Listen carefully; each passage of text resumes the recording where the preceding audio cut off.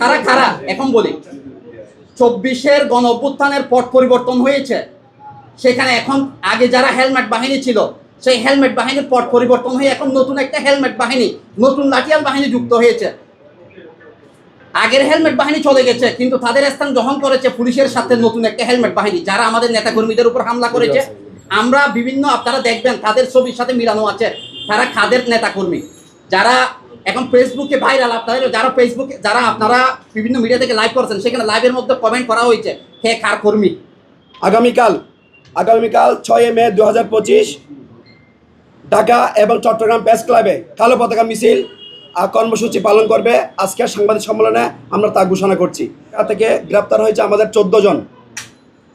চাঁদগাঁও থানা এলাকা থেকে আমাদের নেতাকর্মী গ্রেফতার হয়েছেন 13 জন।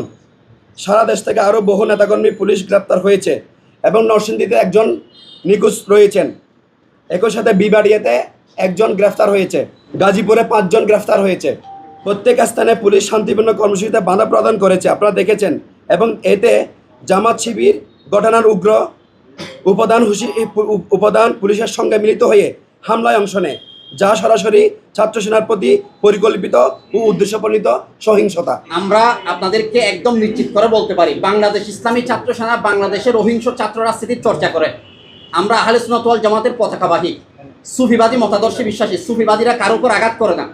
আমাদের একমাত্র আদর্শ আছে, বাংসুরবিহীন করা হরতালের ইতিহাস আছে বাংলা ইসলামী ছাত্র সেনা। আমরা কারো উপর আঘাত করিনি। আর আমরা আমাদের নেতাকর্মীদেরকে নির্দেশ দিয়েছি, প্রত্যেক স্পটে লাইভ ভিডিও ছিল, লাইভ ছিল আমাদের লাইভ ফুটেজ, আপনারা দেখতে পারবেন। আমাদের নেতাকর্মীরা কারো উপর হামলা করেনি, কাউকে আঘাত করেনি।